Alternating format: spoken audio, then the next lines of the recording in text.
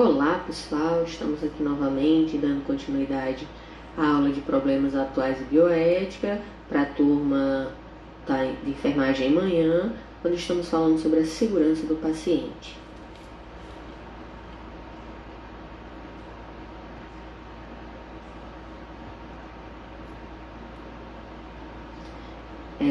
Mais especificamente, estamos falando sobre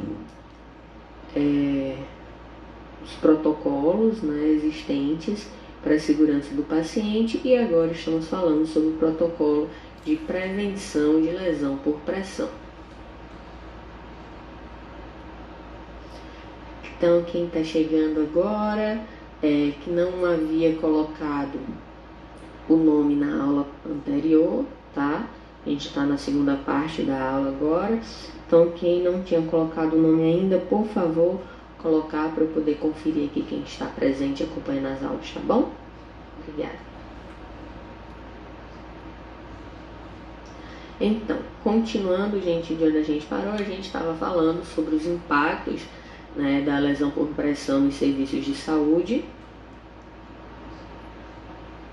E agora a gente vai continuar com os impactos da lesão por pressão no paciente e em seus familiares.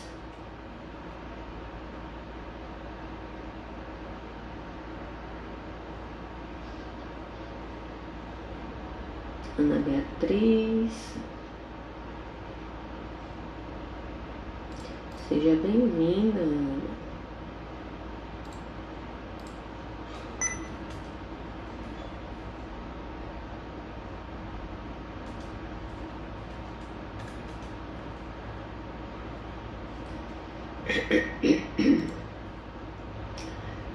Giovanni já tinha colocado, tá faltando só a Ana Beatriz, porque o nickname dela não dá pra identificar que é ela. Deixa eu colocar aqui no celular pra carregar, gente, só um minutinho. Pensei que eu tinha colocado. Vai descarregar aqui.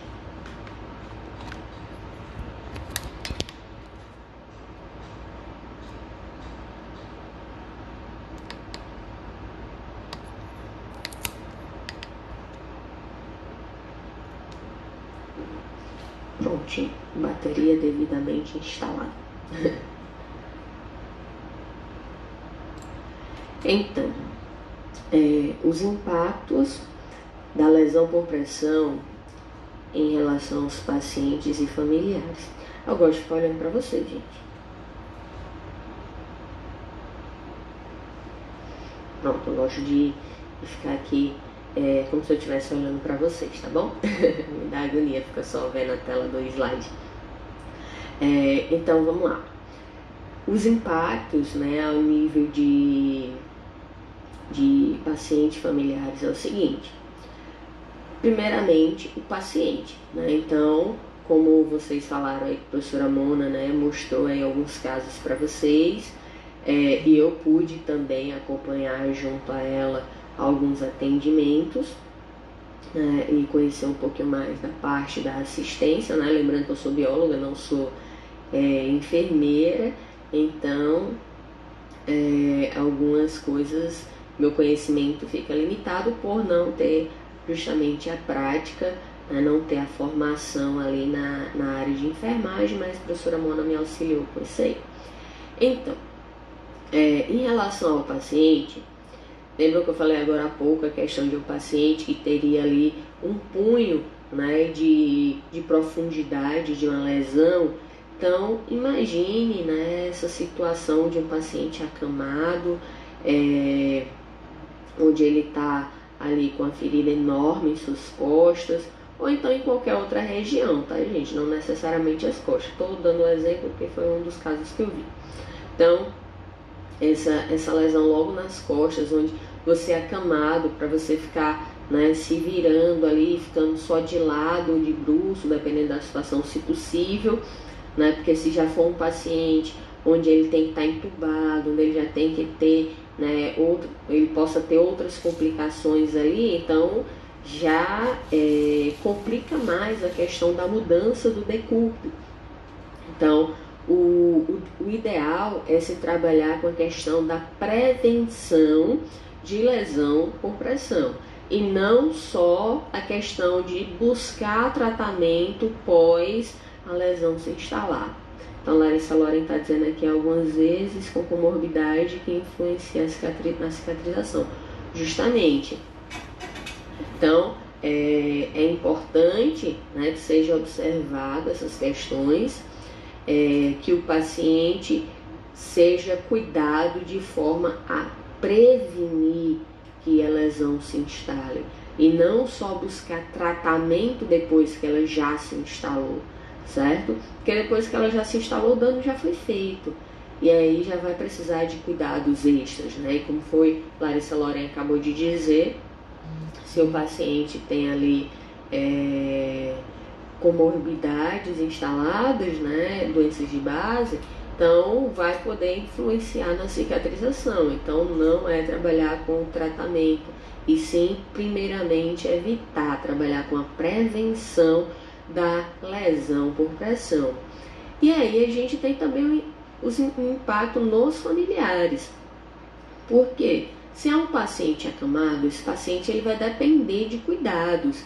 E se ele está com a lesão por pressão ali instaurada, ele vai precisar que outras pessoas façam ali os cuidados dele, tá? Além da questão dos próprios gastos que ele pode vir a ter, comprometendo ainda mais a renda familiar e assim por diante, né? Então, é necessário se ter muita atenção, principalmente com idosos, tá? Pessoas desnutridas, porque permitem ali uma maior rapidez, né, de uma lesão por pressão ocorrer. Então, vamos continuar aqui, tá bom?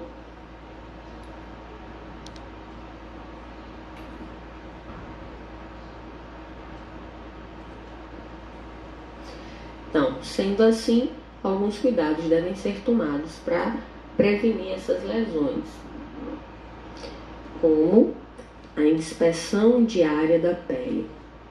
Então, gente, vai ser extremamente importante que o profissional que esteja prestando a assistência para esse paciente, ele tenha a atenção de inspecionar cuidadosamente aquela pele, onde ele tem que verificar se está se instaurando ali, se aquela pele está ficando comprometida em relação a uma lesão, né, que possa vir a estar acontecendo ali.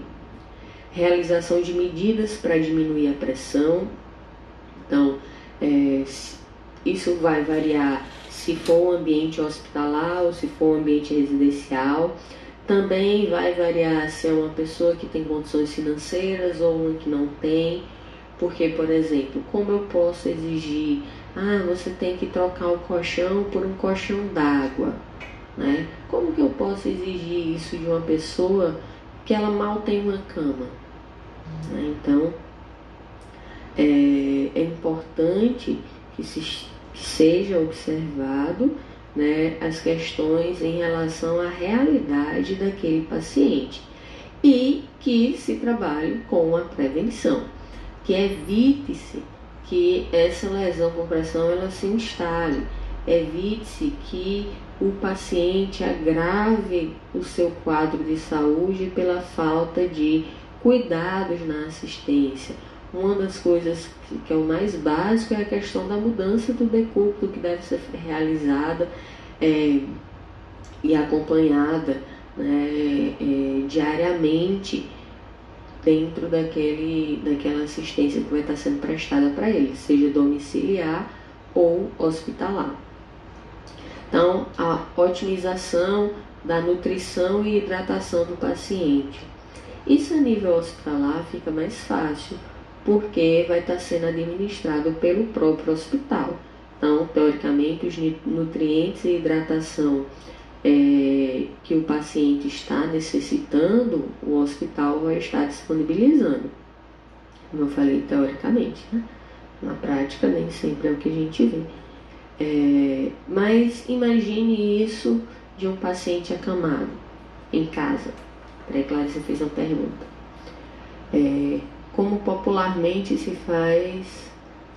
diz em bases científicas, profilaxia é o melhor remédio? Justamente, né? Então a prevenção é o melhor remédio e é se trabalhar para que a lesão não se instale.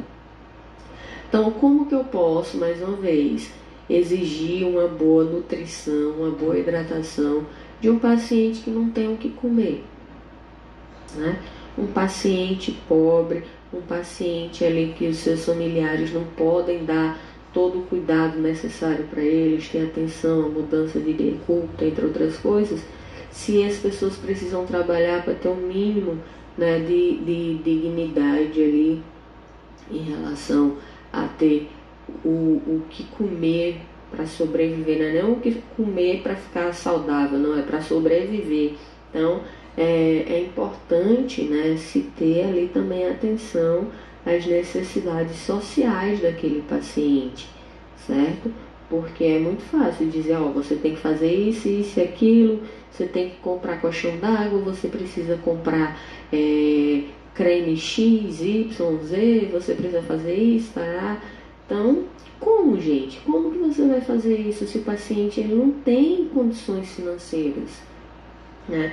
Lógico que muitos dos tratamentos eles podem ser realizados de forma domiciliar pela equipe, né, de saúde, onde o SUS disponibiliza alguns tratamentos. Tá, mas está disponibilizando tratamento. E a nutrição, né, dessas pessoas que estão em casa? Então, como eu falei, trabalhar com prevenção, porque depois que se instaurou ali essa lesão, vai ficar mais complicado e aí a gente já pode ter um comprometimento, né, grave da saúde daquele paciente. E aí a gente, além de tudo isso, a gente tem riscos de infecções naquela lesão. Então imagine, gente, uma pessoa já diabética, hipertensa, desidratada, desnutrida, e aí tem uma lesão por pressão, onde ela reside num ambiente insalubre. Então, os riscos de infecção ali são altíssimos. E ela, vamos supor que ela está acamada porque sofreu um acidente, teve que fazer uma cirurgia na perna e não pode ter a mobilidade, né? Não pode ficar se mexendo e acabou desenvolvendo uma lesão por pressão na região sacral. E aí veio todas essas complicações que eu acabei de citar. Então isso vai acabar agravando, né, a situação de saúde dele, podendo levar até a morte, né? Porque está uma porta de entrada ali, né, que seria a lesão, para agentes patogênicos, micro-organismos patogênicos que podem levar o paciente a óbito. Então, inspeção diária da pele, né, para analisar se é necessário ter cuidados a mais para que a lesão não se instale, tá? A realização de medidas para diminuir a pressão. Então, se é verificado, né, que aquele paciente ele é acamado, com pouca mobilidade, então o que é que pode ser feito, né, quais medidas podem ser tomadas para que a pressão naquela região seja diminuída, não comprometendo aquela pele, deixando a pele íntegra, para não ter complicações ali e, né, levar o paciente a ter a necessidade de uma assistência mais especializada e um tratamento mais prolongado. Então a gente já falou, né, da otimização de nutrição e hidratação do paciente, nem sempre, né, isso é uma realidade e cabe, né, a vocês buscarem, né, ter o bom senso e buscar estratégias para que isso possa estar sendo realizado, né, em relação ao paciente quando não está no ambiente hospitalar. Então, entre outras estratégias que podem variar, né, de acordo com as circunstâncias. Então, continuando aqui, deixa eu ver aqui, João Pedro. Professor, entrei no perfil do meu filho para poder assistir. Tá, então, João Pedro, quem é você? Coloca nome e sobrenome, por favor. Não tem problema vocês usarem o perfil de outras pessoas, é só se identificar, tá bom? Para eu poder fazer um checklist aqui de quem está presente na aula. É de Jane Filho? Então, é de Jane. Não ia identificar nunca. Deixa eu colocar aqui. Pode ficar usando, tá? Lembrando só de sempre se identificar, tá bom? Não tem problema algum.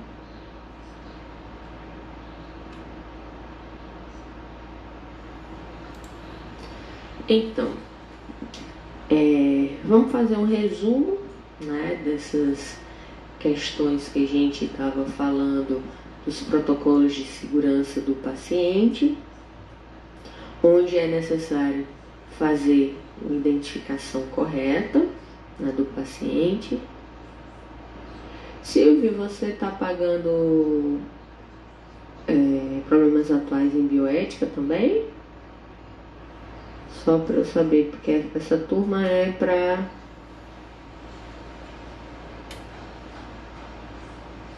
Essa turma, o nome que eu peço é só para quem é da turma, tá? Para chamada. Para eu saber quem é que está presente, tá? Para eu... Assim, porque às vezes eu quero interagir, falar com a pessoa e eu não sei qual é o nome.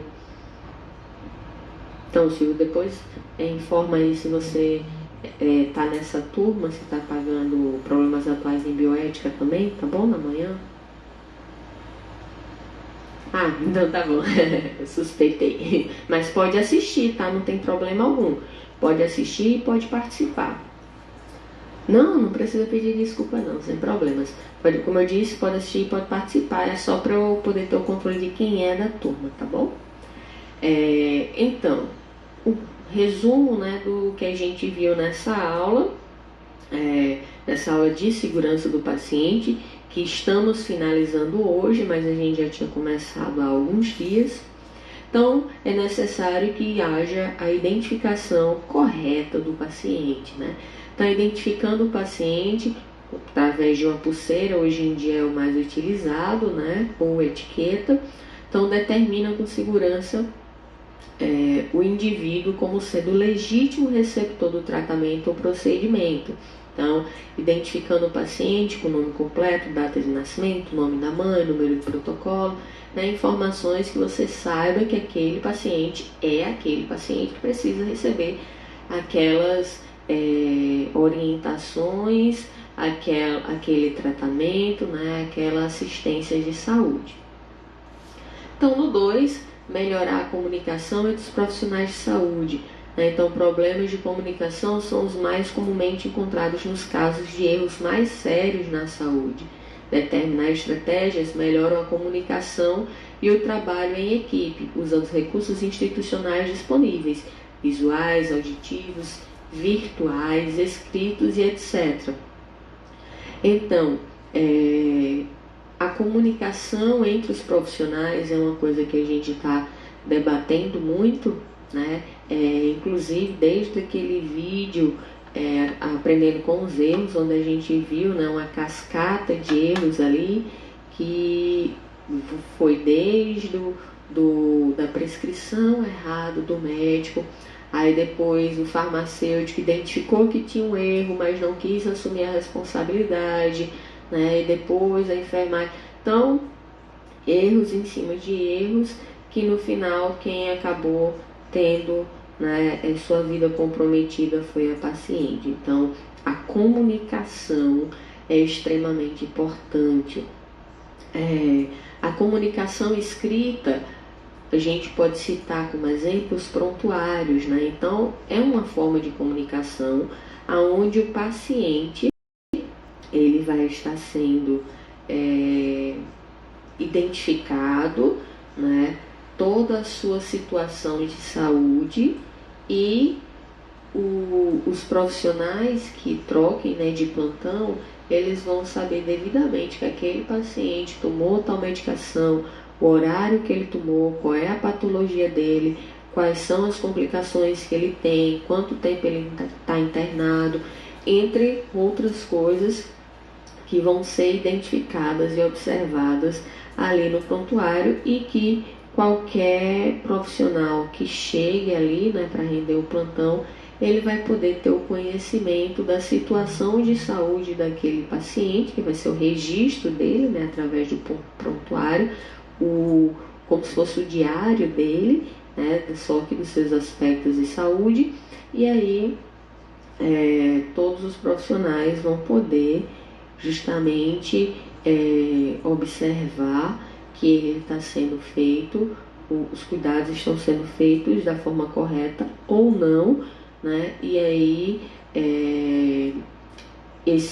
essa comunicação ela pode ser feita de forma, né, verbal também, onde um profissional ele passa para o outro as situações, peculiaridades daquele atendimento, virtuais, então muitas vezes essas orientações podem ser feitas de forma virtual também, tá?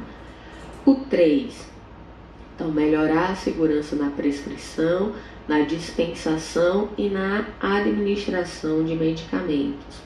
Então, um evento adverso pode verificar-se em todas as etapas da cadeia terapêutica e sua ocorrência fragiliza consideravelmente a segurança do paciente, além de aumentar os custos do sistema de saúde. Então, a gente já tinha falado, né, sobre a questão dos cuidados necessários na dispensação e administração de medicamentos. São situações que a gente viu, né, que é onde ocorrem mais os erros, justamente na administração de medicamentos, por N motivos, por falta de atenção,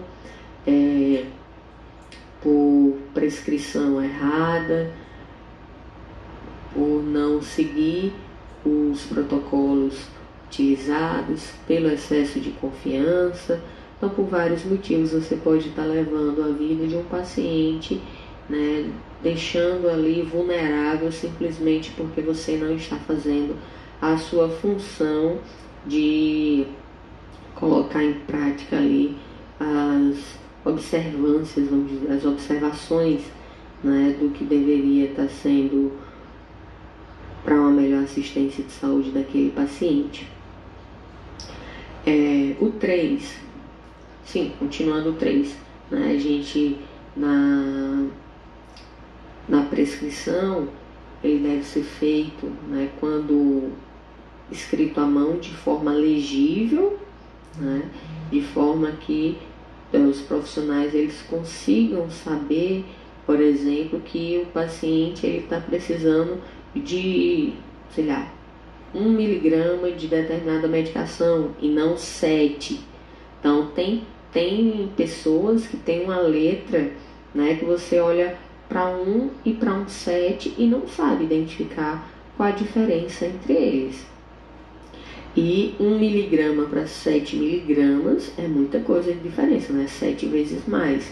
Para uma medicação, isso pode ser consideravelmente, né, um número que pode causar consequências graves à saúde do paciente. Então, o 4, assegurar a cirurgia em local de intervenção, procedimento e paciente correto. São medidas a serem implantadas para reduzir a ocorrência de incidentes e eventos adversos e a mortalidade cirúrgica.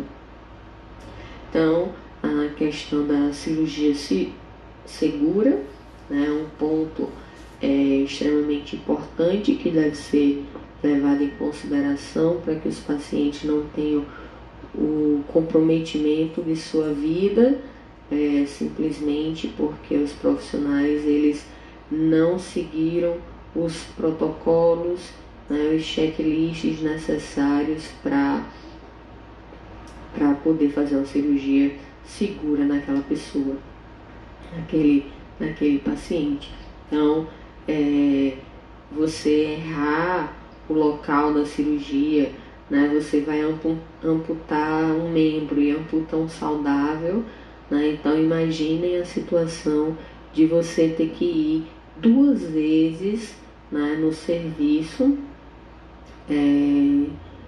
numa sala de cirurgia, onde você perdeu um membro saudável e depois vai ter que ir novamente quando identificado o erro, que às vezes o erro não é identificado na própria sala de cirurgia, só depois, e aí a pessoa tem que voltar, ter que ir novamente para a sala de cirurgia para agora amputar o membro correto. Então, imaginem o trauma, né, psicológico que essa pessoa vai ficar, né? Imagina as circunstâncias dessa vida pós essas circunstâncias, né, terem ocorrido com ela. Higienizar as mãos para evitar infecções. Então isso é um ponto que a gente já falou também, né, que deve ser não apenas para o serviço de saúde, mas a higienização das mãos ela deve ser algo a ser feita diariamente, né, durante várias vezes durante o dia, né? Então, lavagem das mãos antes de se alimentar. Se você chegou em casa, lavar as mãos antes e após ir ao banheiro. E aí eu pergunto para vocês, gente, por que a gente deve lavar as mãos antes de usar o banheiro? Vou aguardar aí vocês responderem.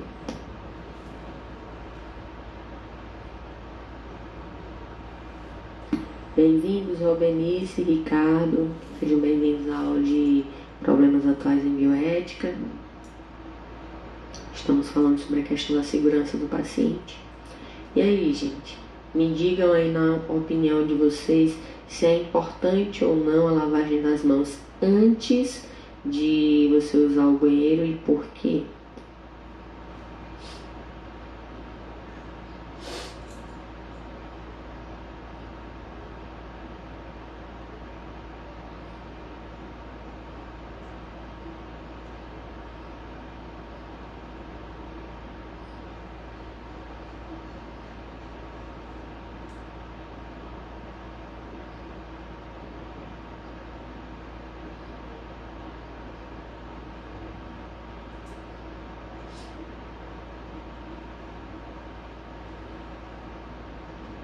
Tô aguardando vocês falarem, gente.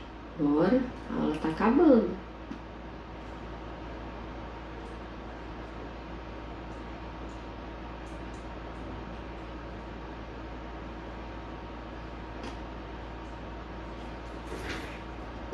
Então, Larissa Loren colocou aqui, para não carregar possíveis, no caso, micro-organismos que já estão na mão, para o lugar onde outras pessoas possam utilizar. Na verdade, a lavagem das mãos antes de ir ao banheiro tem outra coisa. Mais alguém? Alguma opinião? Vou esperar só mais alguns segundos. A André está dizendo, sim, é importante, só não tenho a definição para o porquê. A André, assim não vale, tem que saber o porquê. Mas não tem problema. Quem não sabe vai descobrir já. Então, 15 segundos. Se não aparecer mais uma resposta, eu explico.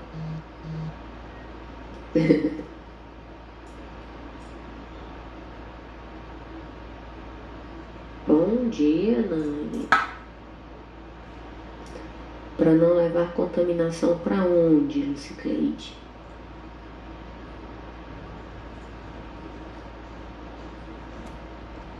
Então, bom dia, Gerlânia. Chegou no finalzinho da aula, mas depois você pode acompanhar, tá? Tanto aqui pelo Instagram, né, que fica 24 horas, ou pelo YouTube, tá? Terminando as aulas, no mesmo dia eu estou postando elas agora no YouTube, e aí vocês podem acompanhar todas elas, tá? Para não perder o conteúdo. Bom, Larissa está dizendo aqui, talvez para quebrar a potência de um possível carga dos patógenos. Então, vamos lá. Deixa eu explicar para vocês.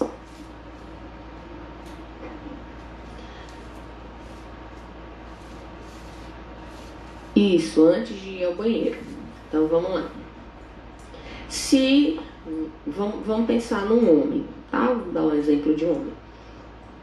Um homem que ele saiu na rua, andou de ônibus, pegou no localzinho lá, né, de se segurar no ônibus, onde inúmeras outras pessoas já tocaram, então aquilo ali é extremamente contaminado. Fez, né, trabalhou, tal, em nenhum momento lavou as mãos, e aí ele vai ao banheiro, tá? Então, as mãos dele estão extremamente contaminadas, né, por todas as situações que eu acabei de descrever. E aí, ele pega, vai ao banheiro, vamos supor que ele vai urinar. Então, ele vai, né? A maioria dos homens não fazem sentados, o que não é problema nenhum aqueles que fazem, tá? Isso não tem nada a ver com a sexualidade deles. Então, aquele homem vai fazer, vai urinar, né? Vai urinar em pé e vai pegar no seu pênis ali. Então, os que ele está dizendo, antes de levar infecção para as partes íntimas. Justamente, era isso que eu queria chegar. E aí, ele vai lá, vai urinar e vai com sua mão extremamente contaminada, vai pegar ali no seu pênis, né? Então, colocou os micro-organismos, que podem ser patógenos, né, no seu próprio pênis. Terminou, né, de fazer suas necessidades, foi e lavou as mãos. Só que ele vai estar, né, ele lavou as mãos depois. Então, ele vai estar resguardado para depois. Mas e aqueles micro-organismos que ele estava trazendo com as mãos dele, né? Então, por isso, gente, que é importante, antes da gente usar, né, o vaso sanitário, de ir ao banheiro, lavar as mãos antes e após o uso. O problema é que 99,9% das pessoas não lavam antes e apenas 35%, não, em torno de 30% são os que lavam depois. Tá? Então, é um número muito alto, né, ao qual a saúde da população está ali em risco por um simples ato do nosso dia a dia, que a gente aprende desde que é criança, que é a questão da lavagem das mãos. Então, tenham atenção, principalmente no serviço de saúde, né, para evitar infecção cruzada, para evitar riscos de contaminação para si próprio e para os pacientes, tá bom? Então, a CCIH está aí para tentar diminuir essas chances de contaminação. Então, higienização das mãos é extremamente importante para evitar complicações e transmissão de doenças.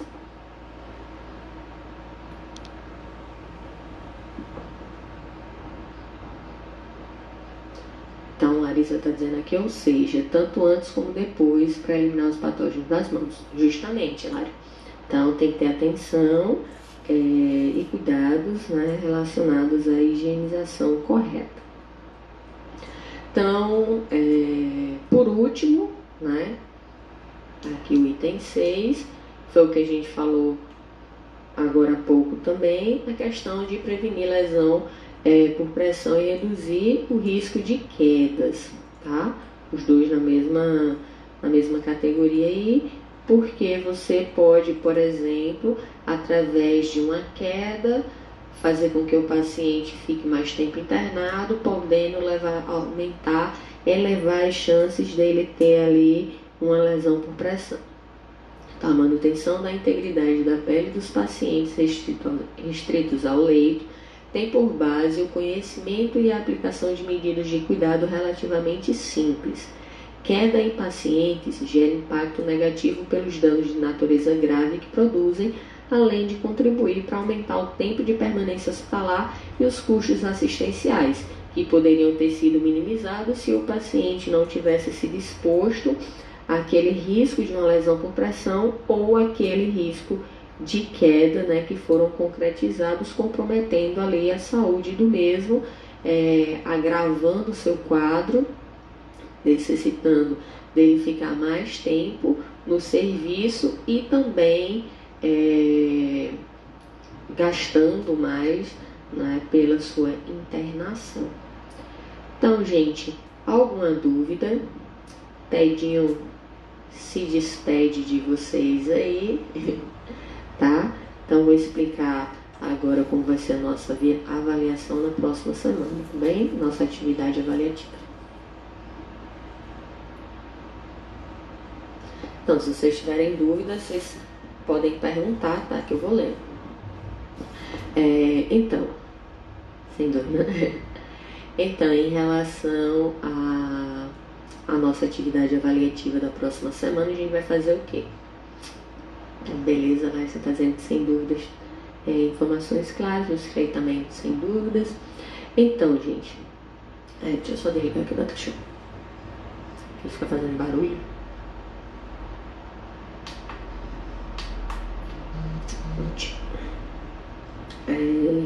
Nossa atividade avaliativa vai ser da seguinte forma.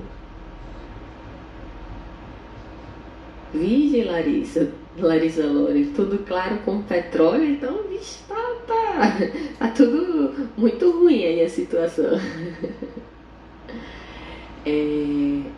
Tá bom, brincadeira. Quer dizer, tá, então minha aula foi horrível. Em relação à nossa atividade avaliativa, como estava falando, a gente vai fazer o seguinte: no dia e hora, tá, da nossa aula, no caso na terça-feira pela manhã da semana que vem, eu vou enviar no grupo da turma de vocês um link, tá? Então, faltando umas 5 para as 8 por aí, eu envio o link para vocês. E aí vocês vão poder responder as questões, né, da avaliação, as perguntas lá, através desse link. Tá? Pode ser feito pelo celular também, tá? Não precisa ser só pelo computador, não. Pelo celular dá para responder. E aí vocês vão marcando lá, respondendo. Eu não fiz ainda a avaliação, então pode ter perguntas abertas e fechadas, de múltipla escolha, tá? Então, vocês vão responder e aí ao finalizar, tá? Vai ter um íconezinho lá para finalizar e aí eu vou receber todas as informações de vocês, tá? Todas as questões, tudo que foi respondido. E aí, quando acabar o tempo da aula, eu encerro essa atividade e o link ele não vai ficar mais ativo, tá bom? Então, vai ser só durante o horário da aula de vocês. Então, o display de tempo vai ser o tempo da aula, tá bom? Para vocês fazerem. Não se preocupem não, é tranquilo, rapidinho vocês vão conseguir responder, mas não precisa ter pressa, tá bom? Vocês vão poder responder da forma que vocês quiserem. Vão ter alguns itens obrigatórios para vocês responderem, tá bom? Vocês vão ter que colocar o nome completo de vocês e a turma bem direitinho para poder realizar a atividade. No horário da aula, vocês vão estar de plantão. Então, quem tiver de plantão poderá fazer a atividade junto com o pessoal da noite na quinta-feira, tá bom? Quem realizou na terça não vai mais poder fazer na quinta, tá?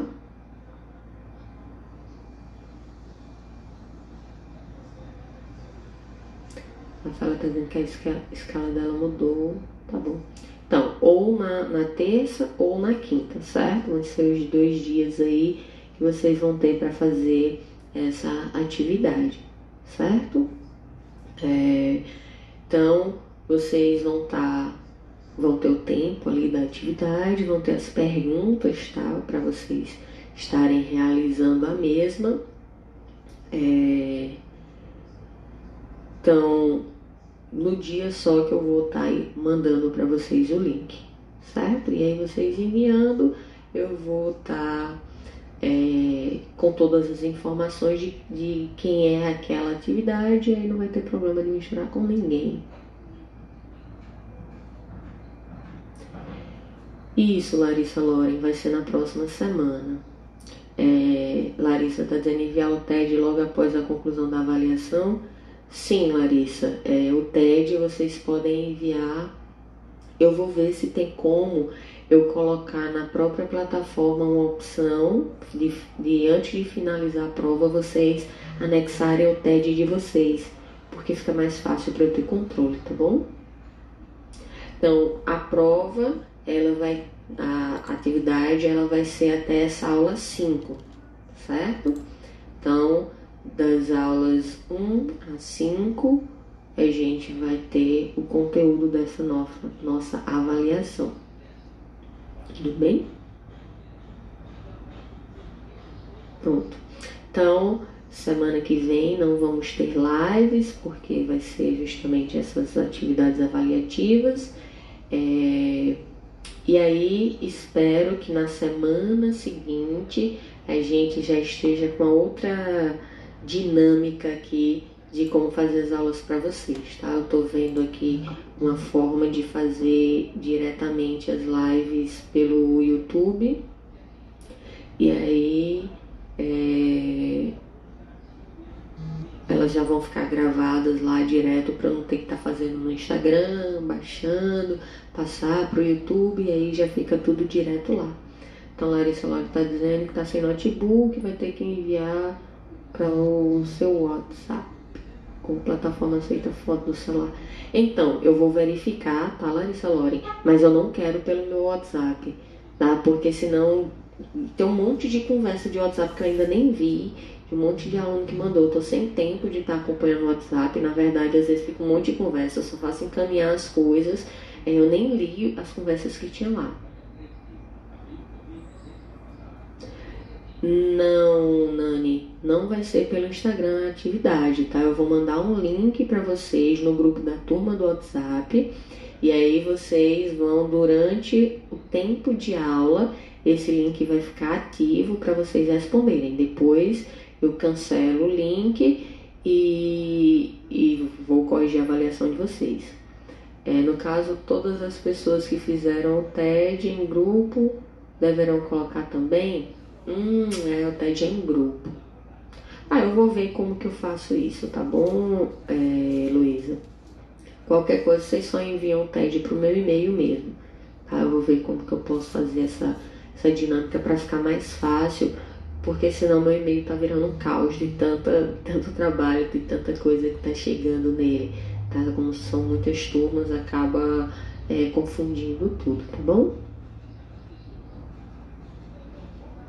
Então, vou confirmar, tá? Como que vai ser isso? A questão do TED. Viu, Lucicleide? Vou estar verificando essa questão do TED. Qualquer coisa, uma pessoa só anexa, e aí coloca-se identificação do grupo. E aí eu sei que aquela pessoa, e quem vai enviar, tá? E aí eu sei quem que tá enviando, e aí eu confiro se realmente tá os nomes daquelas pessoas dentro do trabalho, tá bom? Vou estar montando essas avaliações essa semana. Para semana que vem já está tudo pronto, tudo ok. E aí eu mando mensagem para vocês no máximo um dia anterior, dizendo como que vai ser para vocês enviarem o TED, tá bom? Esse questionário que eu estou montando, né, que vai ser pelo Google, ele pode ser feito, que vai ser essa atividade, ele pode ser feito diretamente pelo celular. Então, quem está sem computador não tem problema nenhum, bom? Mais alguma pergunta, gente? Pra gente encerrar nossa aula?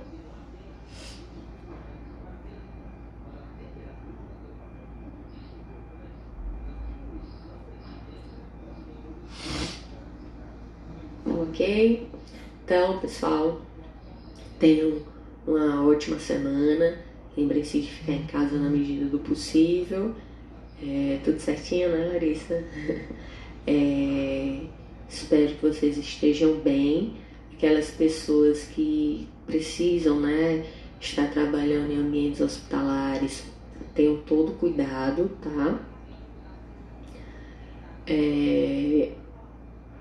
Tenham cuidado na higienização das mãos, não tá levando, né, as mãos ao rosto. Por exemplo, vocês já viram aqui no vídeo, eu mesma várias vezes colocando a minha mão no rosto, mas eu tô em casa, né, eu acabei de tomar banho antes de vir da aula, então minhas mãos estão limpas. Então, Heloísa, o assunto da atividade é até a aula 5, tá? Então, material, aula 5, aula 1, aula 2, aula 3, aula 4, até a 5, que é essa questão da segurança do paciente. Tudo isso, quer dizer, só isso vai cair na atividade, tá bom? Então, estudem para que vocês consigam se sair bem, né, e ter um bom resultado, tá bom?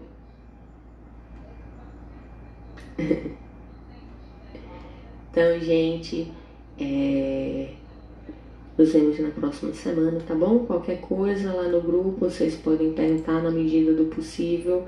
Eu vou tentando responder, como eu disse, tem muitas turmas, eu não tô só nos grupos das turmas que eu dou aula, eu tô nos outros também. E aí acaba ficando muita informação e às vezes passa até despercebida algumas informações importantes, porque às vezes fica falando muita besteira também nos grupos. Quem não puder na terça, faz a atividade na quinta, Nani. Tá? Eu falei agora há pouco. Quem não fizer na terça, faz na quinta-feira à noite. Eu vou colocar... eu vou colocar todas as informações referentes a isso no grupo do WhatsApp da turma, certo? Eu vou fazer isso no máximo até na segunda-feira, tá? Eu vou tentar fazer para o final de semana, mas vou estar tentando no máximo na segunda, tá bom? Então, tchau, tchau, gente. Tenham uma excelente semana. Tchau.